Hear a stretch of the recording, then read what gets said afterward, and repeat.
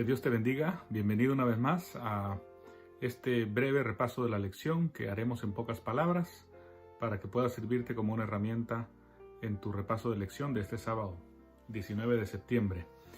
Esta semana el estudio se tituló Un mensaje que vale la pena compartir. Por supuesto que hablamos, este mensaje es un mensaje que en todas las generaciones es el mismo, presentado en contextos diferentes. Esta semana vamos a enfatizar el mensaje de salvación en el contexto del libro de Apocalipsis. Recordemos que la Biblia nos habla de dos venidas de Jesús, ¿verdad? La primera, en la que Jesús vino a morir por nosotros, vino a comprarnos con su sangre expiatoria, resucitó, se fue al cielo. Esa fue su primera venida. Pero la Biblia también nos habla de la segunda venida, que es en la cual Jesús vuelve a llevarse a su casa, ¿sí?, lo que él compró. Entonces hablamos de la primera y la segunda venida de Jesús. El libro de Apocalipsis destaca la segunda venida de Jesús en el contexto del final de los tiempos. Entonces, el día domingo nos habló sobre el mensaje de la verdad presente de Pedro. Y Pedro fue el que inventó esta frase, ¿no? La verdad presente.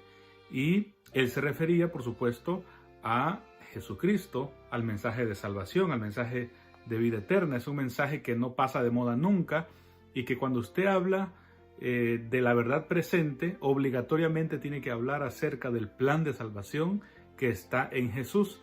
Si una verdad presente no habla de eso, entonces no es una verdad presente bíblica, ¿verdad? Entonces, para esta generación, el plan de salvación es la verdad presente. Para la generación anterior, el plan de salvación en Jesús también fue verdad presente, pero en contextos diferentes. En el caso, por ejemplo, de Pedro, fue otro contexto, pero el mensaje seguía siendo el mismo.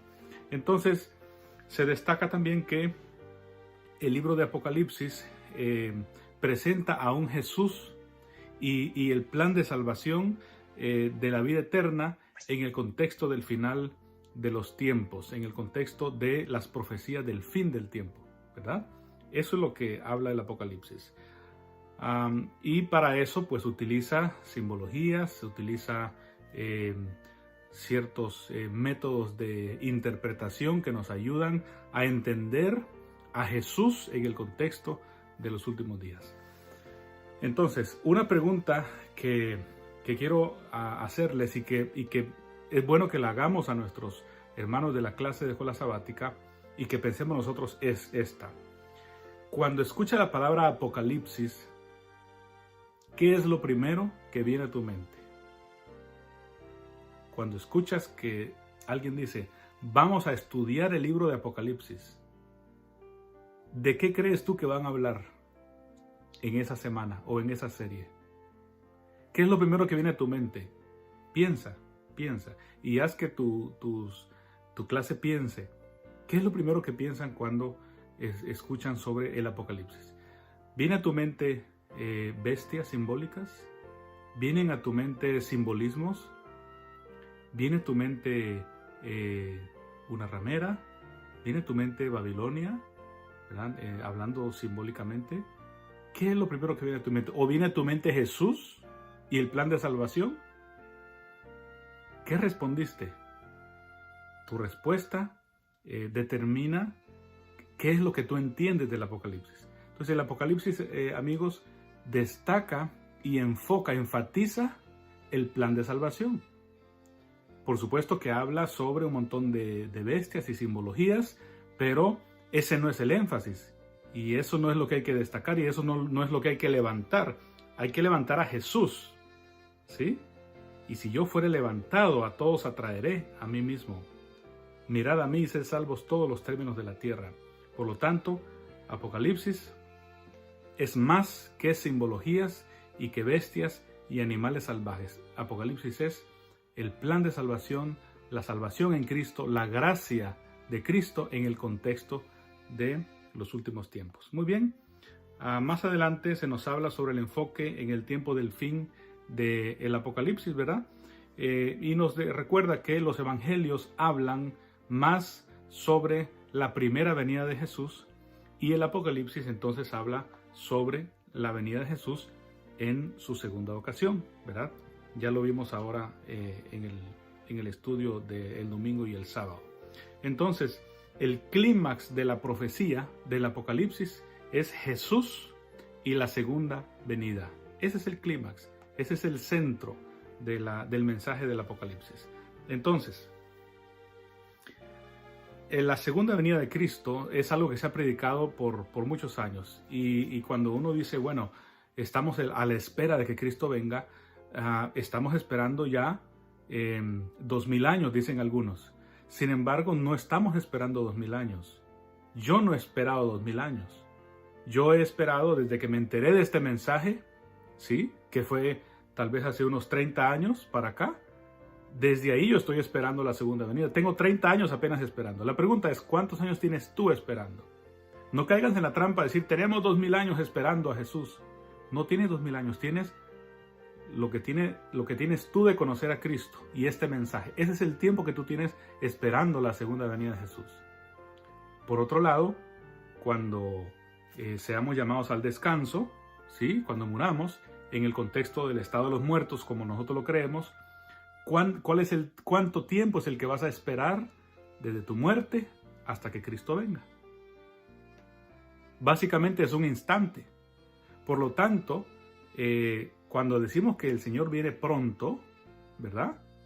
Estamos hablando de que si alguien de nosotros es llamado al descanso mañana, la otra semana, el otro año, no tendremos que esperar absolutamente nada.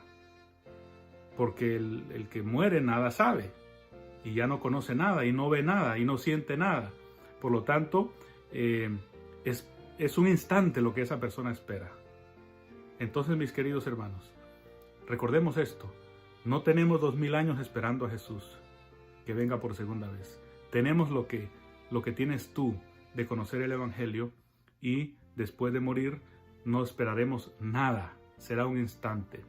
Así que animémonos con estas palabras. Recordemos que el Señor viene pronto, y que cuando decimos eso no estamos hablando nada más de una frase popular, estamos hablando de que lo creemos de corazón. Muy bien. Entonces, también la lección nos habló sobre una parte del Evangelio que no es muy popular, y que parece ser que cuando lo presentamos ofendemos a otras creencias, a otras religiones, ¿verdad? Cuando hablamos de Babilonia, la Biblia habla de que Babilonia es un simbolismo de confusión, ¿verdad? Y que Babilonia es un sistema religioso que no exalta a Jesús, sino exalta otros elementos que no son valiosos a la luz de la Biblia y que nunca pueden sustituir a Jesús, ¿verdad? Ninguna persona puede sustituir a Jesús. Por lo tanto, Babilonia, el mensaje de la caída de Babilonia, que es este sistema religioso de confusión que domina o ha dominado el mundo por años, es un mensaje también dentro del plan de salvación. Pero la pregunta que se nos hace en la lección es, les llevo al día viernes, dice así: ¿cómo podemos presentar estas verdades? La verdad de Babilonia, ¿verdad? La verdad de que Babilonia ha confundido, y hay una religión oficial en el mundo que ha confundido, se ha encargado de confundir a la gente, ¿sí? Sobre el plan de salvación basado en las obras y no en la justicia de Cristo. ¿Cómo podemos presentar esta verdad con respeto, sin faltar el respeto, de la manera menos ofensiva posible? Recordando que a pesar de que queramos ser respetuosos, muchas veces este mensaje va a herir a alguna persona. Y no caer en la trampa de que como va a herir a alguien, entonces no vamos a decir nada y nos vamos a quedar callados. ¿Cómo poder hacer y presentar este mensaje de manera respetuosa? Esa es una pregunta que vamos a analizar. ¿Cómo podemos hacer? Trate de indagar con sus amigos, sus hermanos de la iglesia, ideas, cómo presentar este mensaje de la manera menos ofensiva posible, para que no se nos cierren puertas, para que se nos abran puertas, y que presentemos a Jesús en el contexto del final de los tiempos, que presentemos la obediencia a la ley de Dios y al día sábado como día de reposo y como señal de Dios como creador, y no un falso día de reposo que pueda ser el domingo, ¿sí?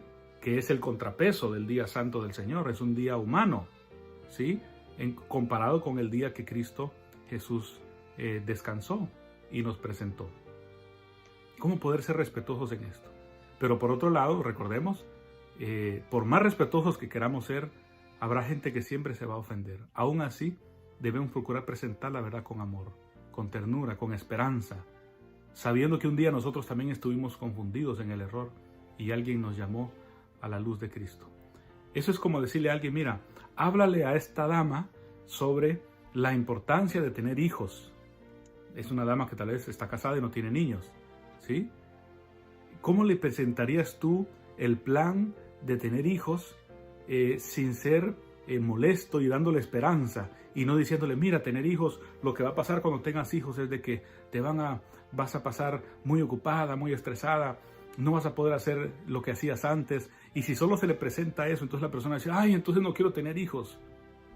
¿Cómo poder presentar esto de manera respetuosa para que se abran puertas y no que se cierren?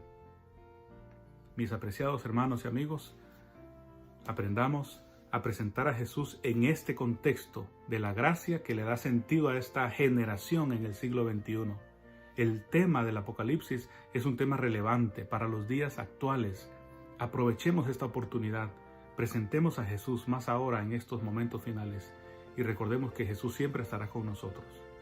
Aprovechemos cada oportunidad que tengamos de presentar a Jesús de manera respetuosa, pero presentarlo con claridad y con certeza. Que Dios te bendiga.